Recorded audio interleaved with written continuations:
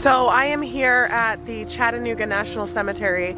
I did actually leave Jeff and the kids at home. We are here at sunrise. I'm here with my mom and Ron, and we came early. The rig is too hard, so this time is different. We've been caravanning with my mom and then with the kids and stuff, Jeff, so we didn't take our van. So it's a little different, and bringing the rig down into this part of Chattanooga, it's too big. It's too big of a rig with too small of roads. And there are also places that I cannot get the rig up into on Lookout Mountain where the Battle Above the Clouds was. So I just kind of came out early this morning before we head out, and I wanted to show you guys what it's like here. I probably will get a little emotional.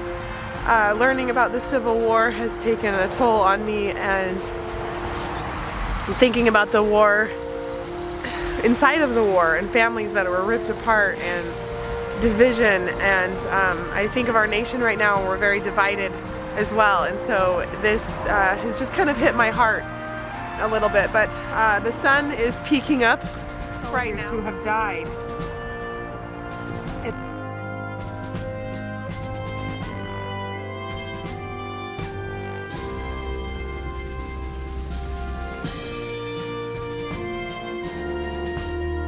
I am going to go hike up there to where the flag is and try and get an aerial shot for you.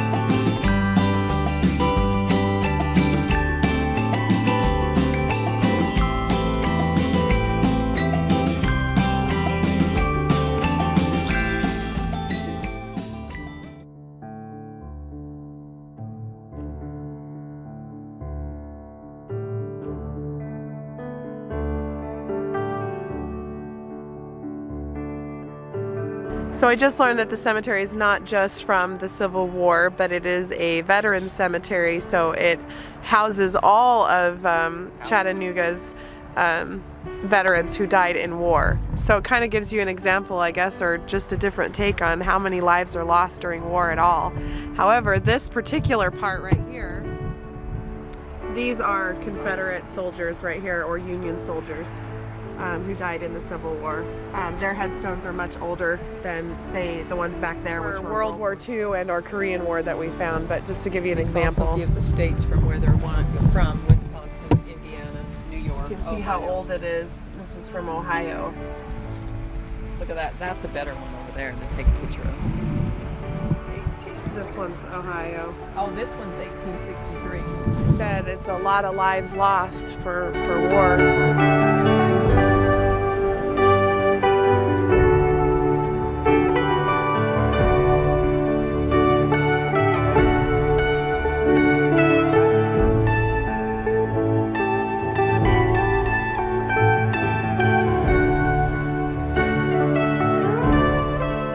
So we are now going to head over to where the Battle Above the Clouds is. Right behind me here is Lookout Mountain.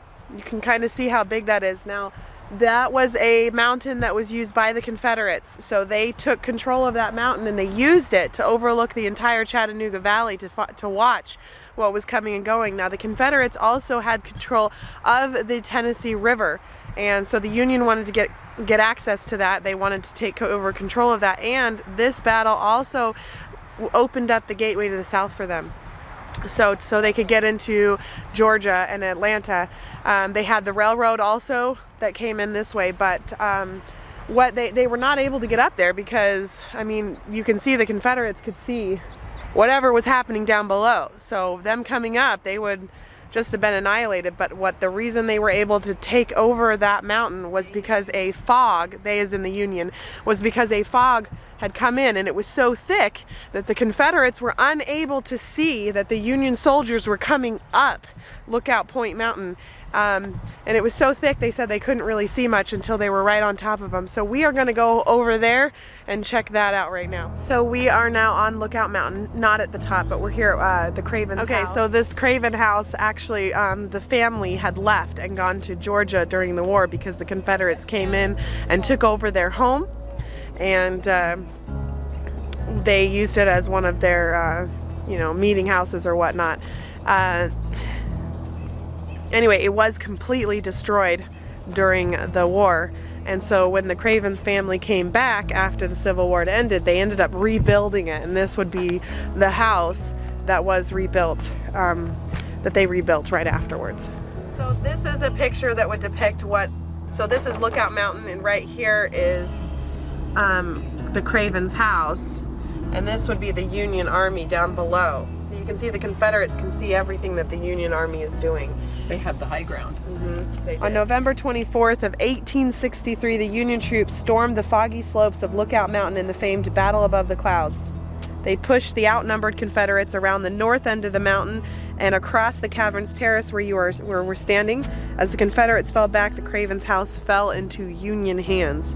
The skirmishing ended near about dusk, and at 2 a.m. the Confederates, short on men and ammunition, withdrew from the mountain. At dawn, the Union soldiers climbed to Point Lookout just above here and planted the U.S. flag.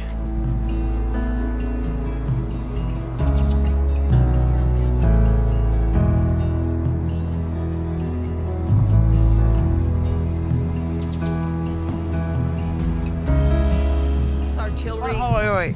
You're on Zoom. Some of these artillery cannons that you see over here to my right, some of them weigh up to over 1,000 pounds, and the only way they can move them was with their horses.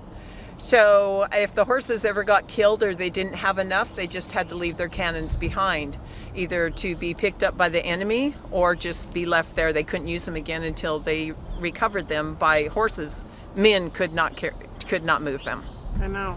And seriously, when you look at this view, thinking about coming up this mountain, I don't even know how the horses carry these cannons up this mountain. And then it says here that one gun was ordered up the mountain in the afternoon by General Jackson and sent toward the Craven's home, but it wasn't even used. And I keep thinking all of that energy to bring it up here, and then they didn't even use it. So it says here that the Confederates only had 4 Napoleon guns, that are cannon type things that they were using up here.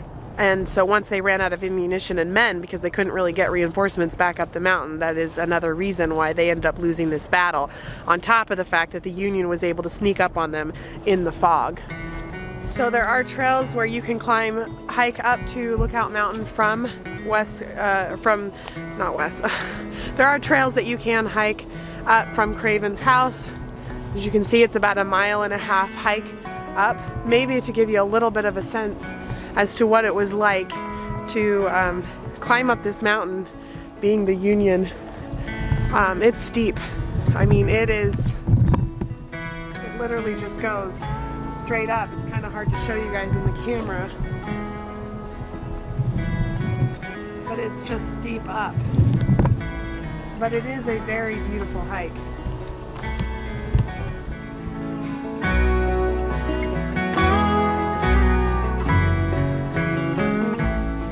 Okay, so we're up here at Point Park, and we are going to see what it was like for the Confederates to see out at the Union troops right here at this view. And I have to tell you, it is stunning, stunning.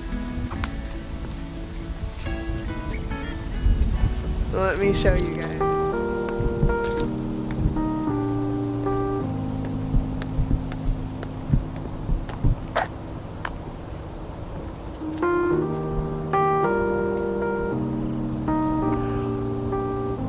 So that's the Tennessee River right there.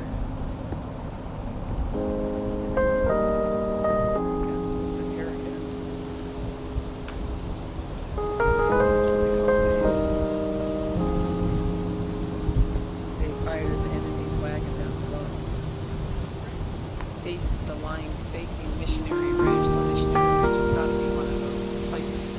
I do love the layers of the sandstone out here. That is stunning. Look at these layers.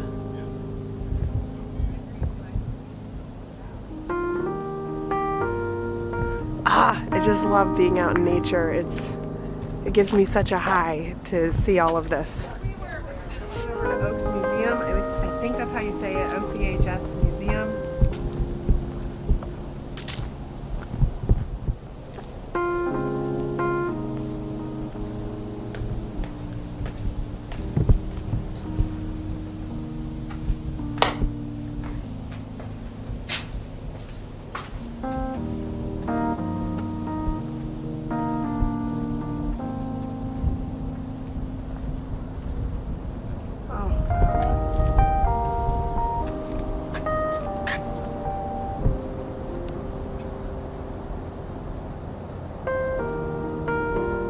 Okay, so the reason that Chattanooga and Chickamauga was because of all of the railroad lines and the rivers and things that they were able to bring in new reinforcements, new recruits, new provisions, food supplies, things that they needed. So this was a huge area. It's also why they opened the gate to the south. But it says here that in the late September of 1863, the Confederate Army under General Braxton Bragg laid siege to the city, trapping the Union Army defeated at Chickamauga. And the Confederates, positioned here on Lookout Mountain and at other key points surrounding the city, hoped to starve the Federals into submission. At 3 a.m. on October 27th, Union soldiers cast off from Chattanooga in pontoon boats and floated secretly down the river. And at Brown's Ferry, they landed and routed the Confederate pickets. The following day, they linked up with Major General Joseph Hooker's Union forces, who were moving up Lookout Valley to relieve the city. A Union supply line was thus opened, and the Confederate stranglehold on the city was now broken. So many things that happened to lay it in for the Union forces to win. So here is a famous rock point right outside of here, the museum, where you've got a soldier up there. Or a man up there. So this is the rock one from all the pictures that we saw inside, that they were on top overlooking. It's a big rock formation though that they can sit on.